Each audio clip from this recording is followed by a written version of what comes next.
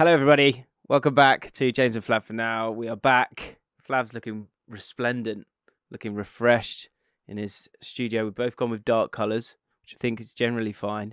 Although I've had some costume issues actually over the last 3 weeks whilst I've been in Qatar. What do you mean? Well, so what happened was I thought, right, off to Qatar. They've shown me the view of like the background that we're going to have in the Souk Waqif in Qatar. And I thought, this is exciting. And I thought, do you know what? I'm probably going to get a bit of a tan here. Maybe I'm going to bring white shirts. I lost a bit of weight as well. Let's show off the arms. That's what I thought. And then I get there and it was so sunny that they went, we're having a bit of a problem with the backdrop. It's a bit overexposed. So if you can not wear anything too light or too dark. And I was like, what the fuck? That's everything. What does that mean? Because all I had was, dark tops or white tops, which is annoying. Jim, and now, before we get into kind of like your experiences in Qatar, because it is bizarre that you've been out there for 3 weeks. What do you make of? And we're going to talk about that, aren't we, at depth, like what you've been up to and what's been going on in Qatar. What did you make of the World Cup overall? Because it's over now, right? We can forget the rest of it even exists. It's over. Yeah. Well, England are out. Fuck the rest. I'm not watching a single minute of it. Fuck it. Well, so obviously, there are the semi-finals and the final.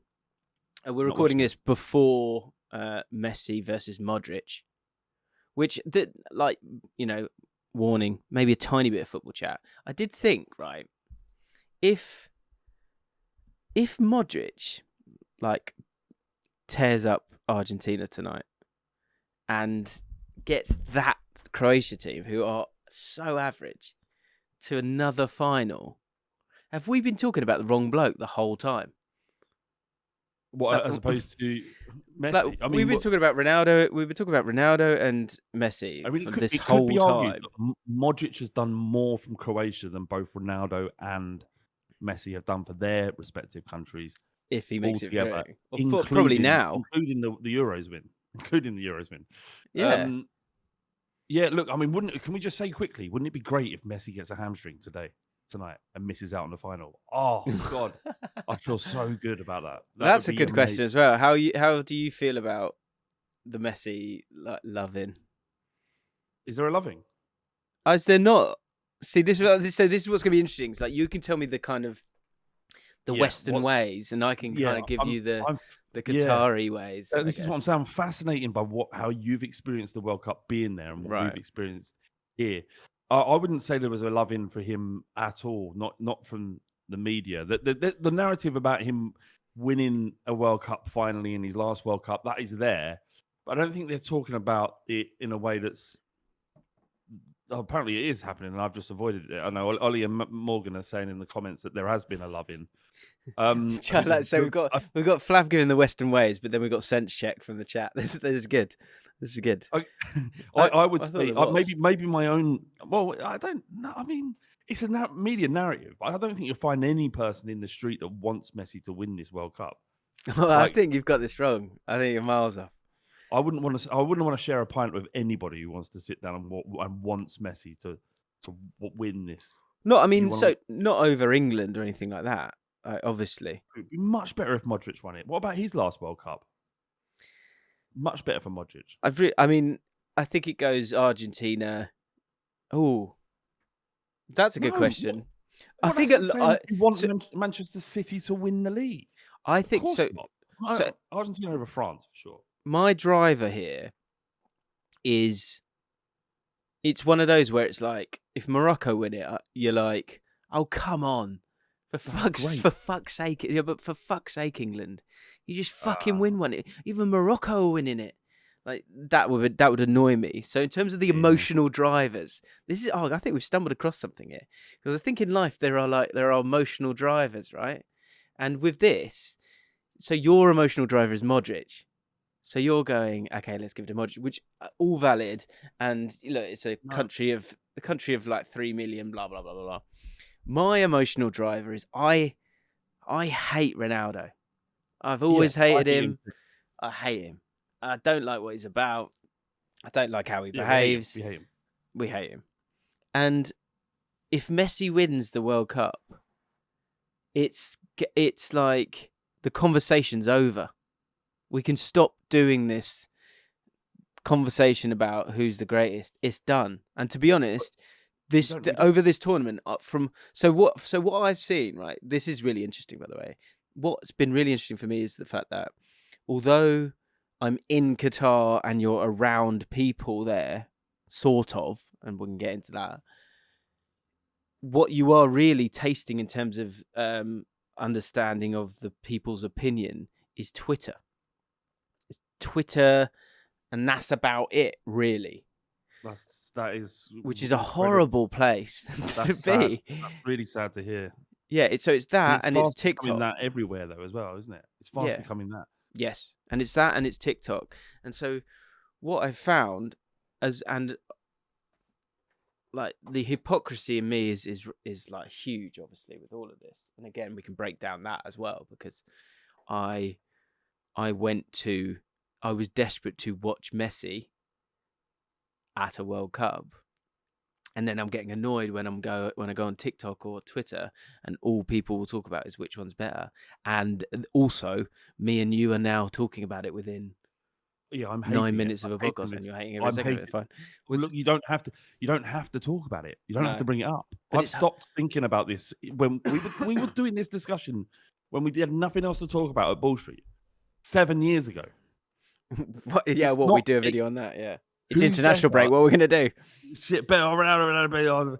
Who is better between Ronaldo and Messi is one of the most mundane, banal conversations you can possibly have about football. Who gives a shit?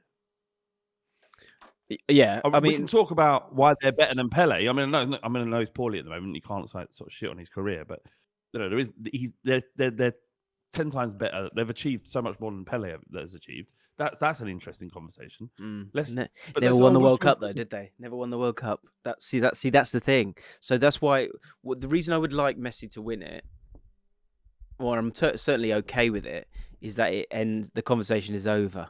How about this? I've got a compromise. I've got a compromise for you, Jim. I'll tell you about this. Is what I reckon. I'm okay with Argentina winning the World Cup if Messi gets injured tonight and can't lift the trophy. So he's contributed. He's won the World Cup. He just hasn't played in the final. I'd happily see that happen. Okay, that'd be good, wouldn't it? Yeah. Well, why do you want him not playing in the final then? Because I'm just bored of like people sucking him off all the time. I know, and I'm one of those, sadly, because watching him was mental. Ollie just says he would still lift it. Yeah, no, yeah, he would go up and go, I'm going to take the glory, guys, because he's Messi and he has the ego. I did nothing to contribute to this 90 minutes, but I'm going to lift the trophy. He would, and that just shows the man he is. Well, he did, didn't he? So Morgan, this is you, right, isn't it? So me and Morgan met in Qatar, I think. Did he have his hat on?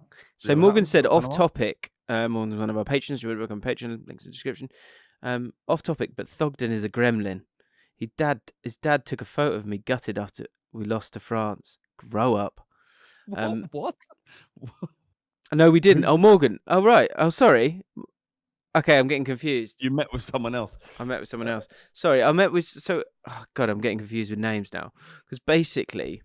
So one of the... I mean... God, getting into, like, being there then. Obviously, I went to 17 games. 17 games. It was, like...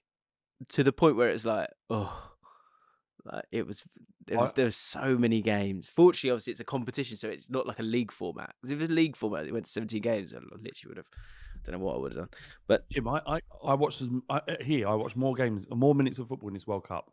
I know there was more games, but I watched so much football, and I don't really. I do find football can be tedious at times, but this is kind of I feel rejuvenated by this World Cup. It's just unfortunate that it happened in Qatar. But I can't tell you how much I've enjoyed watching football during this World Cup. So what's that? Where's that come from? Is that this from the constant sort of Tottenham pressure that you'd not had in these 3 weeks? I think, I guess removing any kind of... I didn't like... Because I don't feel about England the way I do about Spurs. I can watch England relax. Like when they got beat by France, didn't really feel anything. I just went on with my night. I slept well and didn't think about it again, really. Yeah. Um, Don't you think but that I get the I feeling think the everyone quality of the feels that football was way? fun. Like people were going after it. Yeah, of course they do. Most people are club over country. No, sorry, but I mean specifically this tournament. Coming back to what you're saying about how did I feel about Qatar and how did you guys feel about Qatar? I'm interested to know how everyone's felt watching it here, because from the reports I've had back. So, for example, views have been really bad across the board and have sort of panicked a lot of YouTubers when I've kind of been out there. Yeah. And there's a few reasons for that. One is, especially when you get into a group stage, you have 4 games a day. So in terms of putting out content, people are either watching the game or watching highlights of the game. They're not really interested in what you've got to say about it. And as we know, the sort of the life cycle. Sorry, it's so cold up here. I'm just going to put the heat back on. It's the life cycle of things, is shelf life of things, is so fast moving and it's so saturated with loads of football content that everyone's views have been like bad. But also, when I've sort of had that conversation with a few people, they've gone, "Oh, no one cares here. No one's bothered about the World Cup at all." Would you agree with that? No, I wouldn't at all. Yeah. There's 2 things. I think people. I think look from a YouTuber's perspective, you need the people to be passionate about the clubs that you're or the teams that you're talking about. We know from working on World Cup content and Euros content ever since Ball Street, you see the views disappear because people are not invested in the way they are about their clubs. Right. You do well on England, but you're one of the very few that actually do. So I think it's less. It's more. There's less. What do you call it? There's a word. There's less needle, basically. There's people are much more passionate about club football than they are about international football. So that I wouldn't, if I was a YouTuber, I wouldn't be panicking about this because the views are going to go back to normal when the club season begins. This is a part of it. But in terms of the interest of the World Cup, everyone I've spoken to, look, once you've removed all the political aspects of it, in order to have this conversation, you have to. People have loved it. People are talking about it. I've had loads of conversations saying this is probably the best World Cup they've ever watched in terms of entertainment value. Really? Yeah. I guess just because of the results that we've seen. It's been. And the upsets and the fact that do you remember I said something on the podcast about a year ago when we talked about, I think it was that basically the big nations shouldn't be made to go through shitty qualifying grounds, right? The level of the worst teams, like Qatar, were garbage, but other than that, Qatar was so everyone was bad. It was unbelievable. They're not. They've got 16. What is it? 50, is it a 12 team league, 16 team league? Yeah, they're just garbage. It should never have been there, but that was a mad when because we get there. Everything's like doused in, it's so politicized. Everything's like, oh, this is a disgrace of a tournament, all that stuff. And you kind of get there, and then we had this mad first night where we tried to go to this fan park, and after the few brief conversations we've had, the one thing I was sort of saying to you is that the sort of logistics and the training of the workers there was quite incredibly limited, and so I've never, and I never will, be asked to go. No, just keep going around more in my life than I have in the last 3 weeks. It was honestly around the stadium. It was incredible because no one knew anything. So you're trying to get into the stadium, and they're just going to just pass. Can you just move so this my problem first along exactly away so from me? for my first experience of it was like, wow, Qatar, Ecuador, let's go to the fan park. There's going to be a lot of people there. It's going to be really interesting. Let's see are there any Qatar fans actually here? And there were, because we all went there, but then you just had these workers who had not been trained properly and didn't have, I guess, the years of experience that you would have if you were in Germany or the UK or whatever. Yeah. And so all they kept doing was going, let's get this off my plate. Now keep going round. But I'm like, but there's a massive opening there that we could go through here. And I can see there's no one the other side. Anyway, it basically kept going round and round and round and round until it bottlenecked. And there was, I've told you this, but like there was a moment where someone was holding up their child because it was getting so cramped. And I said to Seb, who's my producer out there, I was like, let's get out of here. Like I'm not, what are we doing here? Like, what are we trying to achieve? So we left and then walked for an hour. So this wasn't a stadium. This was a fan park. This is just a fan park, yeah. And I met Vuj was on the inside, and I was like, "Is there anyone? Is it rammed? Is it?" And he's like, "There's no one in here." But because of the poor organisation, everyone was just outside. So that was a bit of a car crash. And then we like walked about an hour, finally found a hotel that had a bar, rooftop bar. We got to the top of this rooftop bar, and then yeah, drinks. Yeah, drink. You can get drinks. You can find drinks. And 4 minutes in, there was that offside goal that was disallowed, and we looked at each other. Everyone in there just went, "Oh no!" Like this is like not even. It's not even like subtle corruption. Like they've literally gone.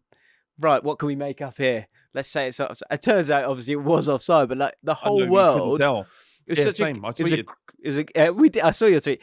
We all thought it. It was like it was such a great example of see, it's corrupt, and that is and of course it is in terms of how they got it, but being there, over time. You start to get a broader picture of like the fact that there's a lot of people there, and it was interesting to see the Western take on it all through Twitter, and obviously it all calms down once the first set of games happen and everyone said their piece about how bad this World Cup is. And I'm not trying to say that with any kind of disrespect, like because I think obviously the reasons are completely valid, but I thought there was one comment from Gary Neville, which I thought I sat with it for a bit, and because initially, as a Western person, I sort of flinched a little bit, and he said the Middle East should definitely have a World Cup. There should be World Cups in the Middle East. And initially, I went, "Oh, you can't say." There's so much. God, there's so much. I'm so bored of watching apology videos. I've seen so many bloody apology videos over the last couple of months, right? That happened. He said, "Oh, the Middle East should have a World Cup," and I went, "Oh, you can't say that." When? What's the timeline of this? When did he say that? He said this, I think, about a week into it, maybe. And what was his point, though? What was his angle? Because the people saying, should the World Cup be here? Roy Keane's saying it shouldn't be here. And I think the thing that I realise is how much opportunity we are afforded as Western football fans. And I just think the world is just littered with constant judgment, haranguing, and demanding for you to fit my box. And obviously there are some basic elements in life.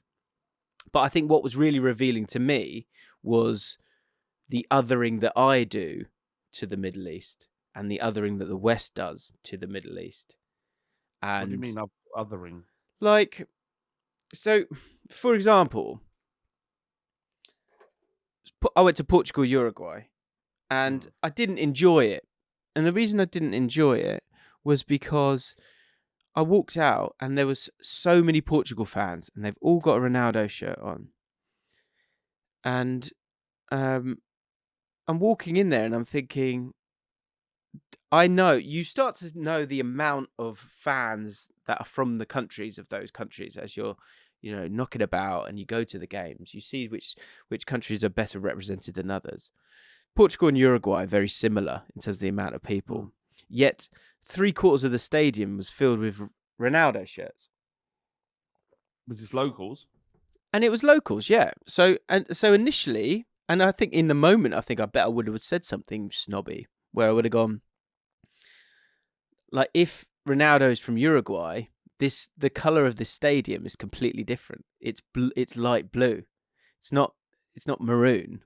I think that was one of my takeaways from the World Cup was how much of a shame that was. So what? So just to finish that off, and because I'm intrigued to hear what you say about this, but just to finish it off, what you then realise though is we go. I know football from grassroots. I know it ingrained in my entire culture, ingrained in my family. I go and watch QPR, and that's my team, and everyone who's there is from generally the same kind of area, and and there's all of that, and there's that form of community, right? But the more I thought about it, is that we've had World Cup after World Cup and Champions League after Champions League and Premier League season after Premier League season where you could just go to a game if you want to go to a game. In the Middle East, the opportunity, first of all, the opportunity to go and watch the best players in the world is not available, has never been available to any of these people. Because when we think of the Middle East, we think of these sheikhs and we think of everyone dressed in white gowns. We think of that. But there's a whole population of people there that in their entire life, first of all, have never been to these kind of games or this quality of football. But secondly, what's been provided to them in terms of their outlook of football is Messi versus Ronaldo.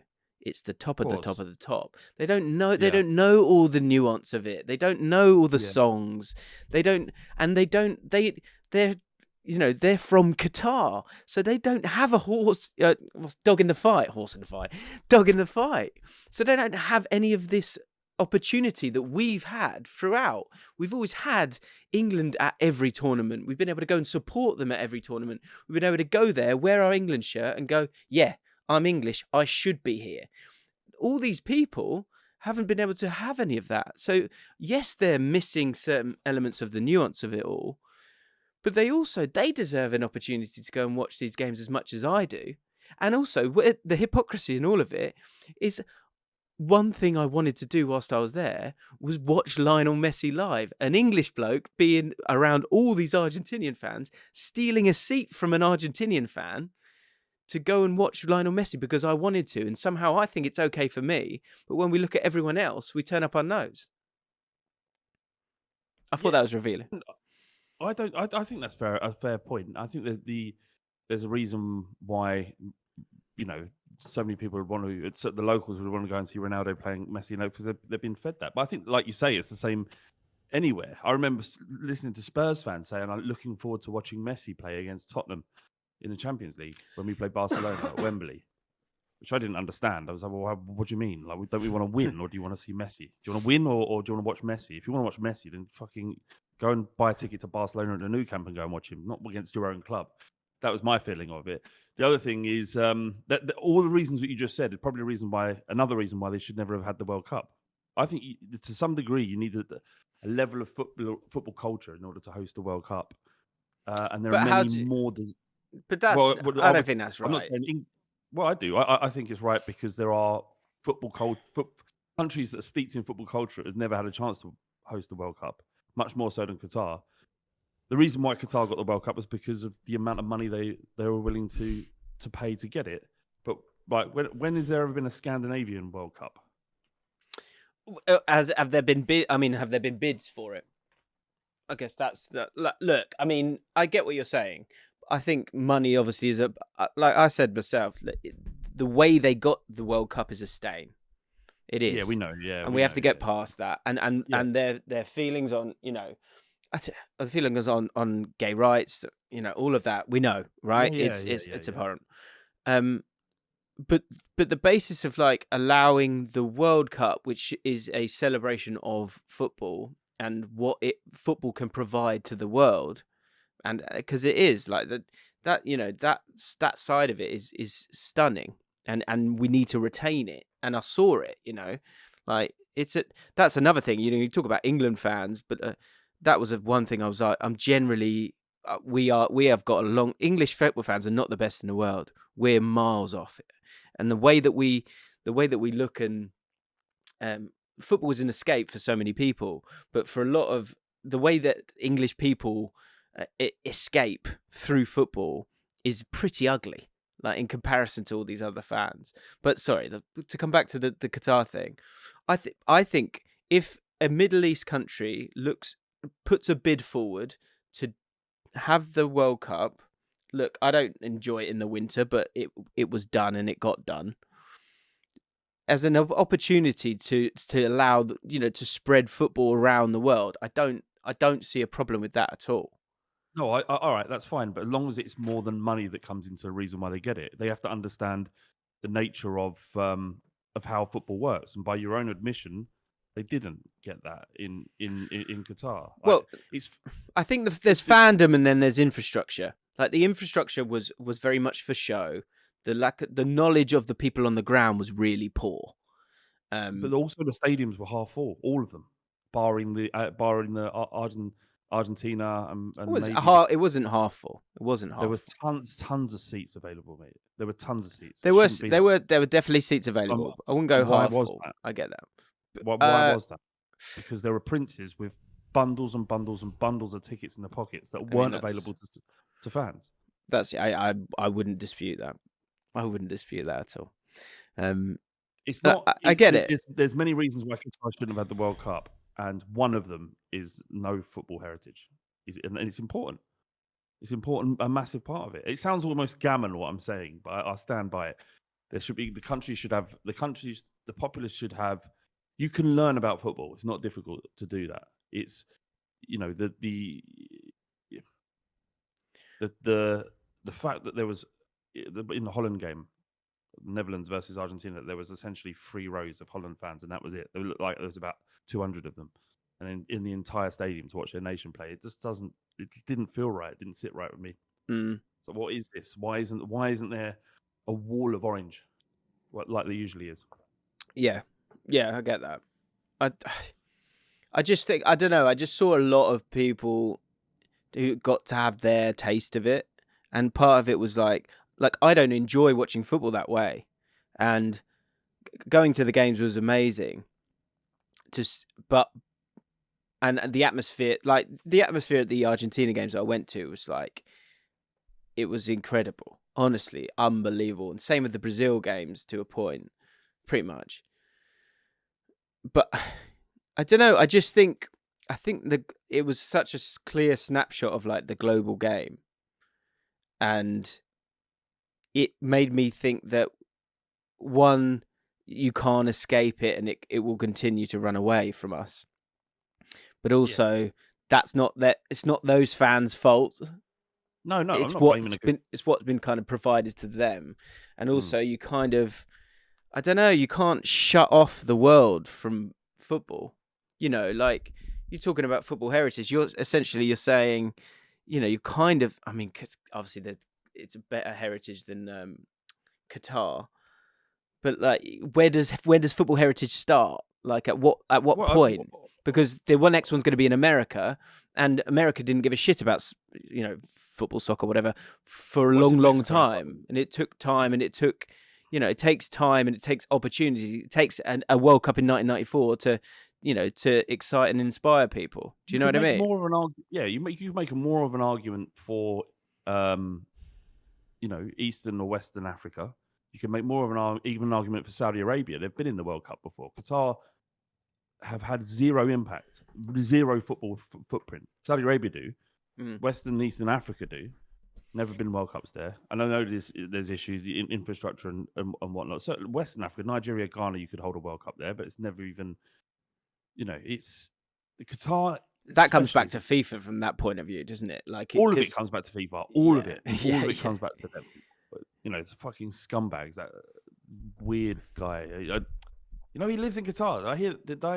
Does he? So every, it seemed like every game, a couple of minutes in, they would show him, and I remember thinking, and the crowd would boo, and you just go, why even showing him? What is this? Just like odd. What was he saying? What was he saying? Yeah, I understand, because I was. I don't know, man. We've discussed this so many times. This is the thing. This is like they've gone through all of this sort of the moral and ethical things and how they got it, but it doesn't matter what anyone says. The FIFA are going to be what FIFA are, time immemorial. Nothing's going to change with that. They'll just run out of corrupt states to give it to. Well, I guess this is the thing, is like, see, this is the problem, is that you're going to go, okay, we'll stop it now. Right, that's enough now. Like things like, you know, like the teams that are being bought right now, and like if Man United and Liverpool get bought by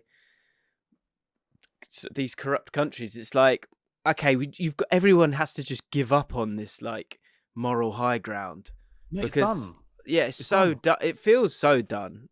Yeah, the horse was bolted for sure. It sounds like I won't mention any specifics, but someone I know decided not to do any content around the World Cup. Couldn't do it. Doesn't fit ethically sound with me. And I was like, well, you better think about stopping watching the Premier League, because you think this is that they're not nuts deep in our domestic game already, because they are, and it will come to a point where everybody is owned by some sort of nation state or insanely rich person with a political agenda, has money to burn, and only a political agenda to serve, or some sort of face making exercise afoot behind a football club, and then you'll have your Super League. It just will be called the Premier League. Yeah, I found myself, and I still need to work on it, like, because it's still kind of in my mind. But what I was sort of saying was that, like, because there was this is what I mean. I think when you're so far away from it, you don't see like the families going to these games and really, really enjoying it, right? All you see is the top line corruption of it, and I get it, but there's still elements of good that have come from that tournament, definitely, right? 100%. But what I found myself thinking was like, what can we all just like leave each other alone? I was just like, I'm trying to think, like, because I want my football my way, and I want to, like, love who I want to love, and I want everyone else to be able to love who they want to love. Like, so I just found myself kind of going, can everyone just fucking leave? Can everyone just shut up? I just like, and then like the hypocrisy and all of it is like, my channel is me giving my opinion. I'm doing it right now. I'm telling everyone to shut up on in a Shure microphone, like that will go out to my followers. Like, do you know what I mean? I'm just like, everyone's just shouting. It's just noise everywhere, and I feel like no one's taking a second just to like. And everyone's right. Everyone thinks they're right. I'm just like really struggling with it. And I don't know. I think that just being at the coalface of the hypocrisy of all of it, because I'm actually seeing some nice elements of a World Cup, and a lot of joy, and a lot of fans coming out and celebrating their team and all these things. And I'm just like, everyone's just shouting all the time. Can we just get on? Nah. But you can't. You're right. Like, this concoction of hypocrisy is absolutely everywhere.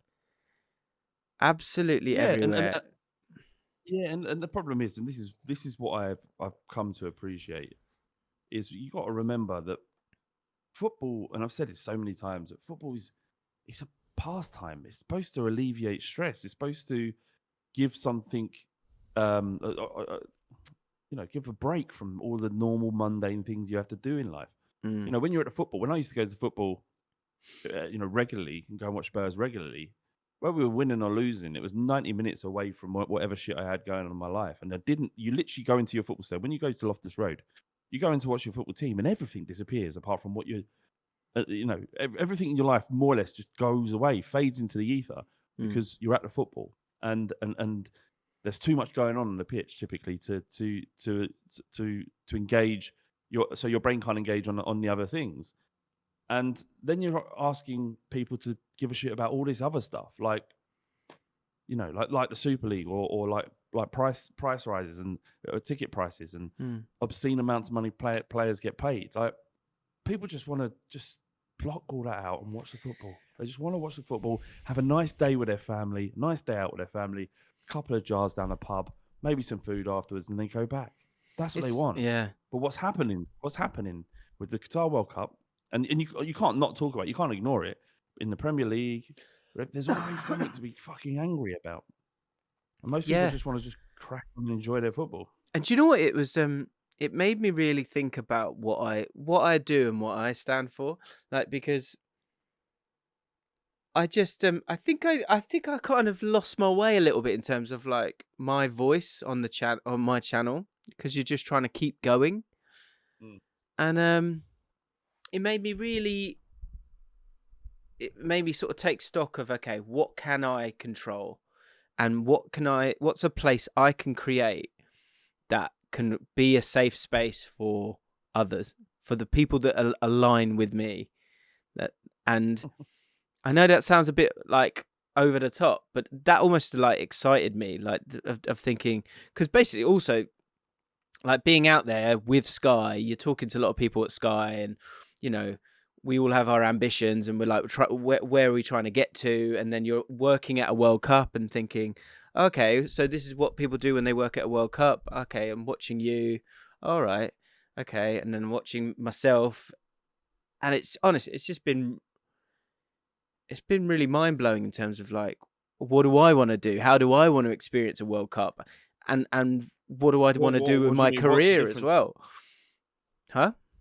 How do people work at the World Cup that's different from other things you've seen? They're knackered. They're absolutely knackered. Like, they're not enjoying it. They're not. Like, I was so desperate to be there. And then I was so fortunate to be there, doing a show, and then that's it. And obviously, mate, I mean, I was broken by the end of it. Absolutely broken. So because this is normal for you, like it's been your normality for the last 3 weeks. But what was your days like? What did you have to do? How much work did you have to do? So was it just the morning, and then you had to then you could go and watch football? Or? So first of all, I was walking like 23,000 steps a day, because. So let me break down my day. Okay. So once the tournament started, it was like this. So Qatar are 3 hours ahead, and so what I found myself doing, and a lot of the best games were at 10 o'clock at night, right? So let's say. So what's that time? Saturday's a 7 o'clock game. 7 o'clock for you guys, yeah. So the game tonight will be at 10 o'clock. Starts at 10 o'clock. So it takes an hour to get there, then half an hour to get in. You want to be there, half an hour before the game kicks off. So let's say an hour and a half, right? So you get there for 9:30. So you've left at what are we doing? 7? No, 8, right? So you've left at 8 to get there. The game's 10 till 12. Let's say 10 past, quarter past 12, because of all the extra time that's been afforded this year, which I quite liked actually. So then you've got to try and get out. It would always take at least an hour to just kind of get out of the stadium to a metro. You've then got, that's if you had a metro near your stadium. So I told you this story where Al Janoub, which is one of the stadiums where I went to one of the games, I can't remember which one now. Basically, the metro station is a 53-minute walk from the stadium. So what they had was they had coaches, and then they had taxis. Anyway, long story short, I waited like well over an hour and a half, and then couldn't get an Uber because no one could get near me. But an Uber was willing to stand still on the motorway, so I had to run 2K to get to that car to get home. Anyway, so game finishes at 12. It takes you at least 2.5 hours to get home, sometimes even longer. I think I was 3 o'clock one time after a game in Lusail. You get home at 3. You're like wired by that point, so you kind of like, it takes you a second to calm down, get yourself to sleep. Let's say you get to sleep about 3:30 at best. You then need to get up. We needed to get in a cab to go to the Souk Waqif, where our studio was, at 11. Before that, because I was like, without getting into the money of it all, the money wasn't great. I was thinking I need to do videos because I wanted to, cover the tournament. So I would then get up early at about 8 and try and do some videos generally. And then also go and have breakfast, because I knew I needed breakfast because of what's to come. So 11 o'clock, I would then. So I've had about 4 or 5 hours there. 11 o'clock, I would then go to Keith, where the studio was. Would do the show, finish the show at about 1:30, and the games were starting at 1. So if I had a game at 4, because there's games at 1, 4, 6, and 10 or something like that, 8 or 10, something like that. You find yourself then going to 2 games during the day. There's that same cycle of it takes an hour and a half to get to it. It takes 2 hours for the game. It takes an hour and a half to get out. You've then got to get to the next ground. And often I was going to the 10 o'clock game. So in terms of getting food and lunch, you had that window between 1 and 2 generally to eat lunch. And then you're at a 10 o'clock game again. And the cycle goes round again. You did that for like 30 days. How long was you out there for? 3 weeks? So you did that for the group stages. And then after, I was doing 2 games quite often. But then it just started to break. You started to break down a little bit. So but then even if you just do the 10 o'clock games, you're still getting home at 3. You're getting up and the cycle happens again. Yeah. So Thogden is an absolute monster. I don't know how he's done it. What did he do? He's gone to every game. He's every game. Yeah, and it's unbelievable. What was he driving? Could you get a car out there? Could you hire a car? So what they did, they got these sort of scooter things, which made a big difference apparently to them. Like an electric scooter. Yeah, they were able to get a hold of them. So he was the guy, I can't remember his name now, but the guy was a producer with Thogden who followed him around. He said we'd go in the wrong direction to get one of these scooters because in the long run, he obviously got us to these places. What was it like? An app that you could get these scooters? Is that what it is? No, they were just sort of a few knocking about at different times. I don't know how they were able to get their hands on them, but because I broke down in the end. I was like horrifically ill. I still feel pretty ill now because that's the other thing is this is the other thing is the air condition. So the irony, there were so many amazing moments of irony. So here's 3 off the top of my head. So the first one was at halftime in games. So you had the stadiums were air conditioned.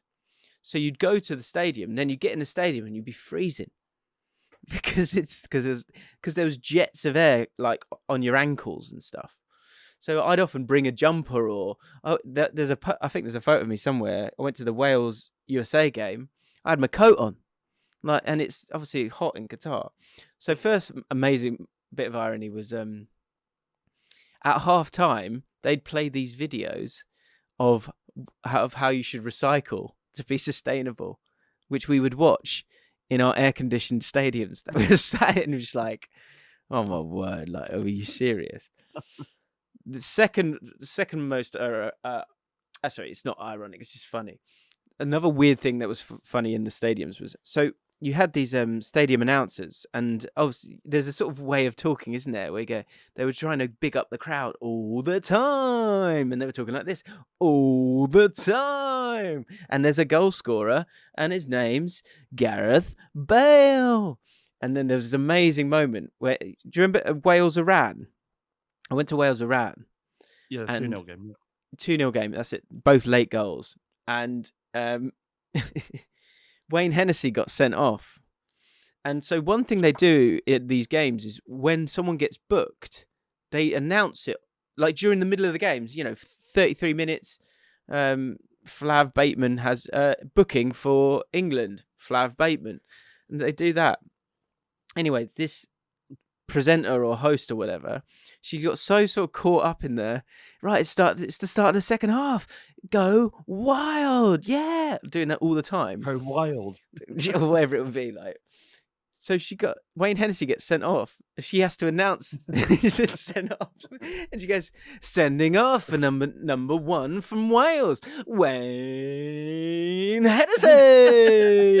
It was so funny. It was so good, and I was just looking around, and you got all these Wales fans with bucket hats. Just going. So that was really funny. The most ironic thing of the entire trip was England US. We left the. Oh, I've got a story about that as well. Actually, I couldn't. I'm sure we'll have some Americans, but I couldn't handle the. I was sat with the Americans and I had to leave. I couldn't handle it because what was it? The chanting. I couldn't handle the chanting. I just let's go USA, let's go. So because we got there, I'll say the final line or anything. But I walked in. I was thinking, okay, where am I sat? And then there's loads of American flags. I was thinking, oh no, I want to be with the English. I want to be with the English fans.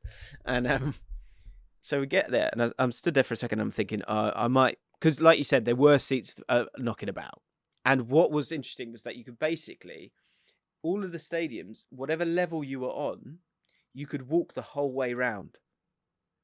So, for example, I was in Wales, US, and I was in one corner, and my mate, who's a Wales fan, Kai, you know Kai, he was around the other side, but we were on the same level. So I just walked the whole way round and went and sat with him.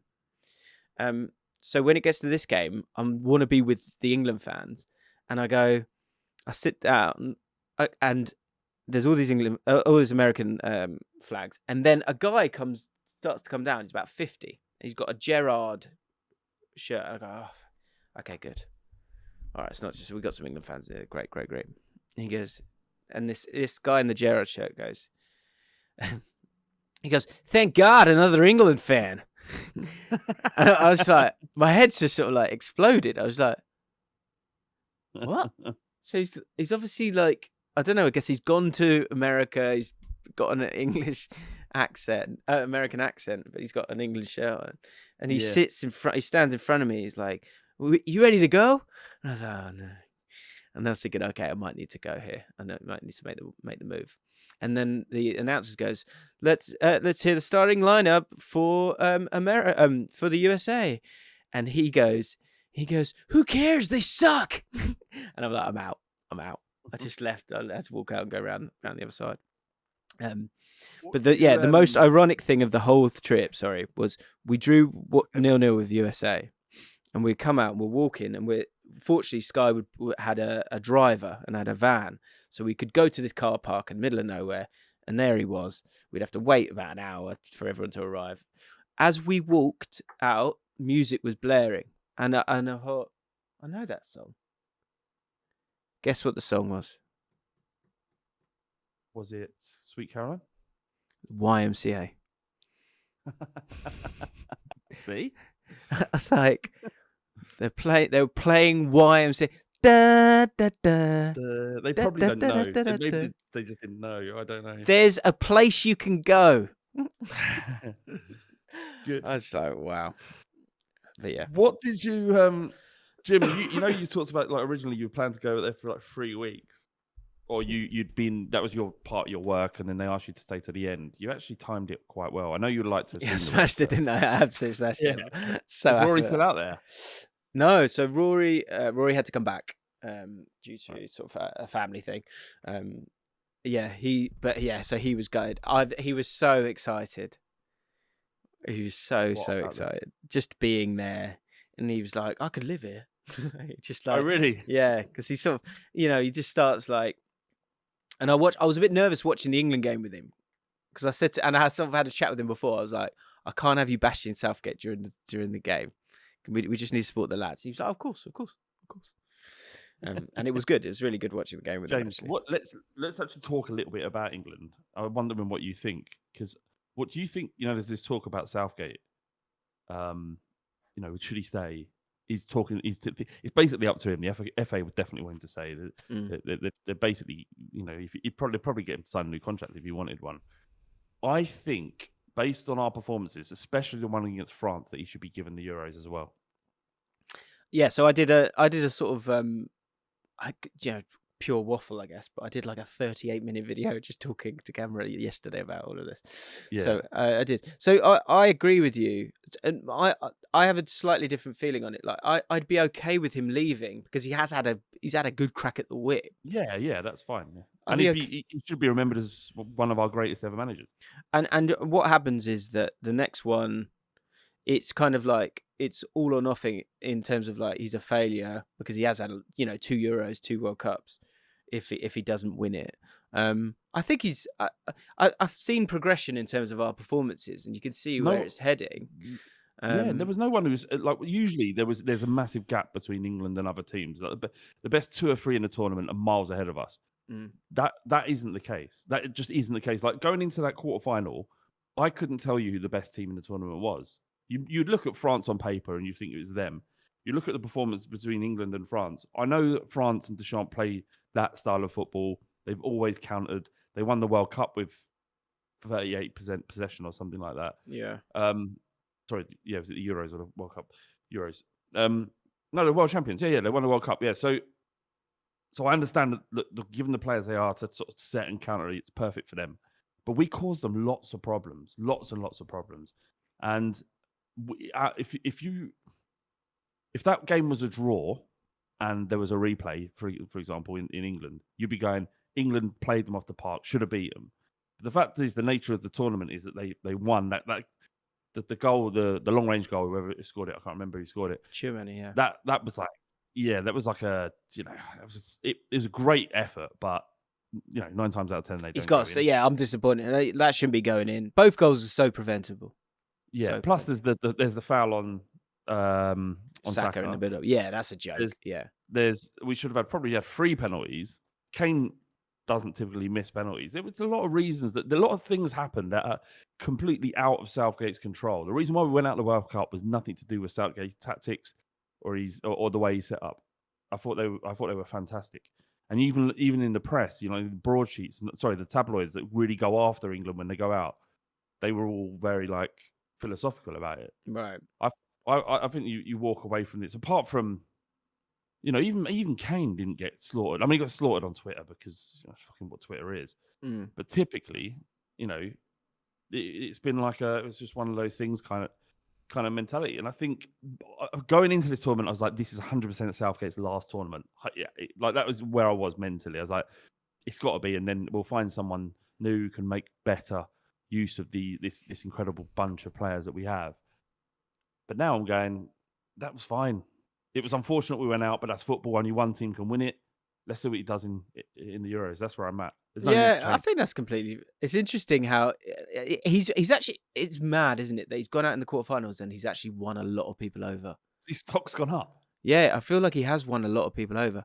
For me, as I've said numerous times, my concern is the succession plan. He's obviously not going to be what I really want. I'm okay with him having another one, because I think he's a great manager. I really do. But I think there needs to be a very clear plan in place of who is the next person. Yeah, yes. Go on then. Who do you think? I think it's so naive to think that top managers. Well, I think we have to.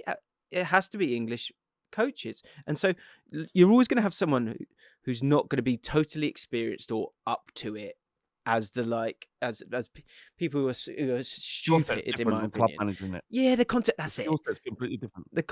But the context of it is if you're a really amazing English manager, you'll have a job.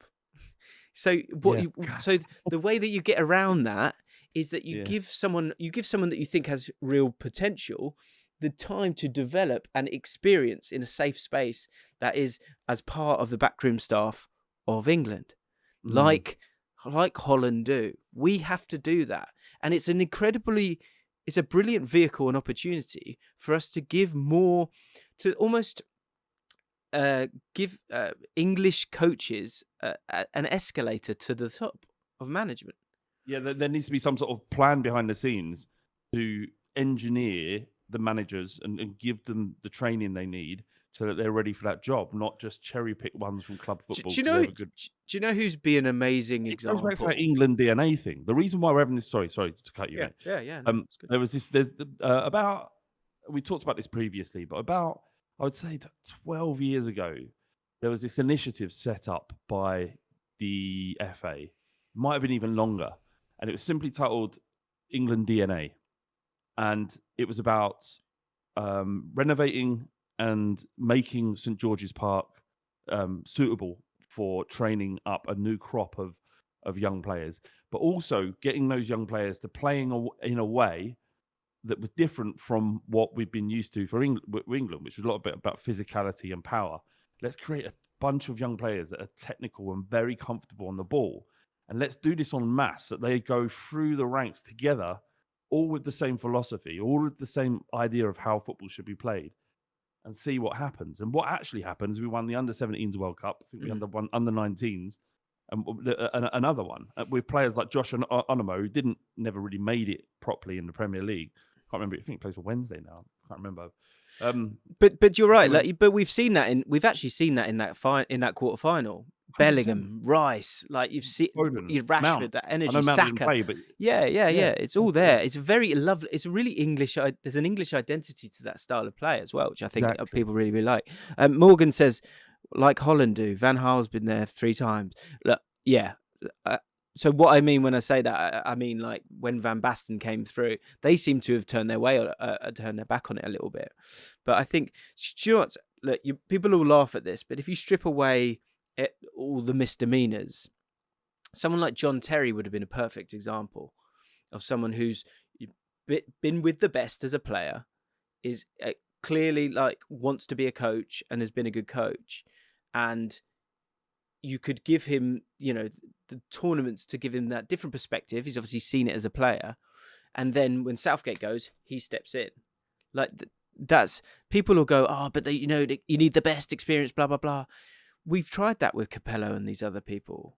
And it hasn't worked. And also, again, the context and the context of international football is that's why Van Gaal keeps going back, is because he's one of the few people who's got the experience but wants to do the job.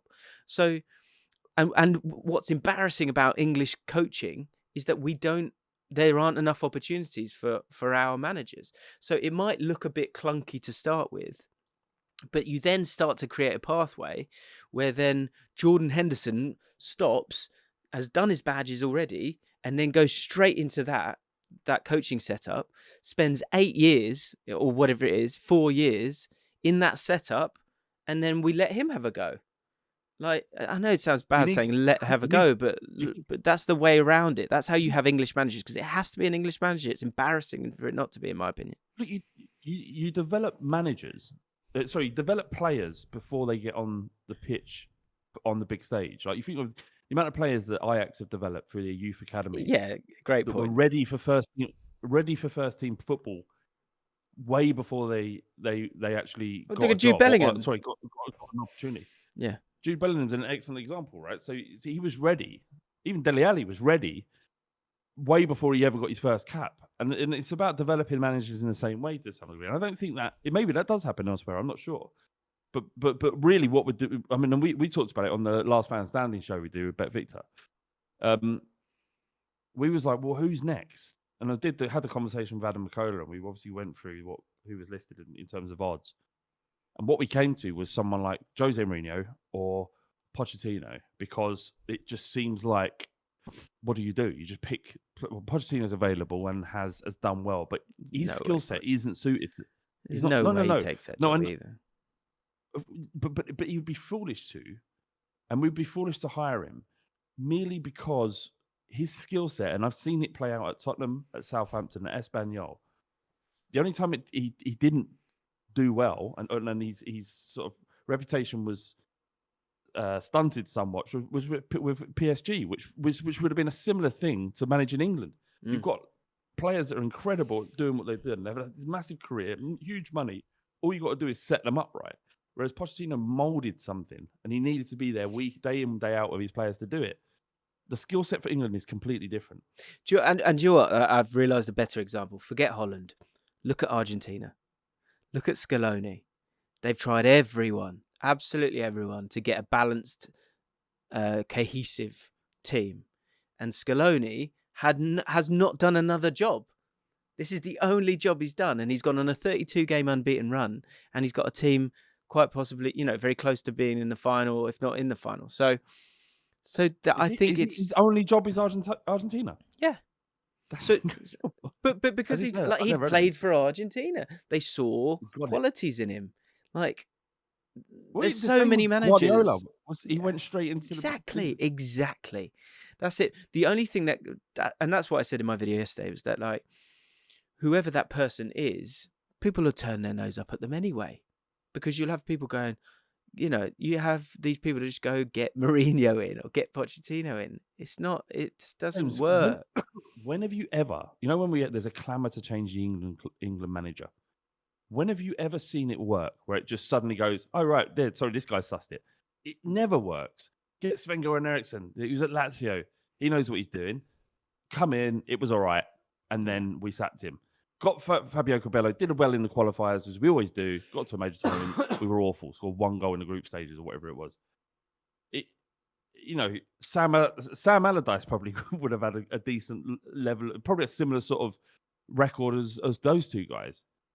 Like, it's just sacking Southgate or for Mourinho or Pochettino right now doesn't improve it. I don't think it just gives people that momentary, oh yes, let's get something new, and then they realise the same problems will occur. But and also, I know I've got to go after this, but how it feels matters. It does matter how it feels, and it being an English person is all part of it, and people go, oh, that's whatever, xenophobic, blah, blah, blah, blah, blah. But look at Argentina, look at these different countries. They celebrate their country, their people. And that's okay. That's, in that footballing sense, it's okay. And the Argentina songs, there's all these amazing songs, mate. And I asked an Argentina fan about, like, what do they all mean? And he said, they all mean, all the songs are about how lucky they are to be Argentinian. Yeah. How fucking great is that? That is incredible. That is incredible. And that's what it needs to be about. Not about, centre-back's got a massive nut. Like, it's like we need to, honestly, England fans need to really have a real look at themselves, like, and go, why have we not made up these, let's not have these terrible songs that we're hearing with people singing like choir boys. Let's make up fun, long, brilliant songs about every single player that we've got. We can if we want to. But it's not what we do. But you're asking people. I would say it's hard, mate. It's hard. You're talking about culture. We're going back to culture again. You look at the songs that Rangers and Celtic fans used to sing, or they're not allowed to sing them, but I'm sure some of them still do. The sectarian songs, it dictated everything they sung about, and same like with Croatian songs. I bet they're very nationalistic, because of the breakdown of what's happened in their country. Argentina, it has been a. I think we can build it though, and I think it'd be a lot more enjoyable, and I think people will enjoy it as well. Our nationalistic stuff is like 10 German bombers in the sky. That's it. So we need to rewrite all this stuff. That's what I'm saying. Yeah, because I tell you what, you watch these Argentinian fans. They're having a ball. They're having an absolute ball. I've got to go. All right, pal. But guys, love to have a little chin wag. Sort of football chat. It'll be funny next week. I promise you, it'll be funny next week. Lovely to catch up, mate. We'll try and do a mailbag this week as well for the patrons. Massive apologies for being rubbish, but we're back now. We're back. Indeed. Right, guys, I've got to go. Lots of love. Cheers, like, subscribe, all that stuff. Bye-bye. Cheers. Bye-bye.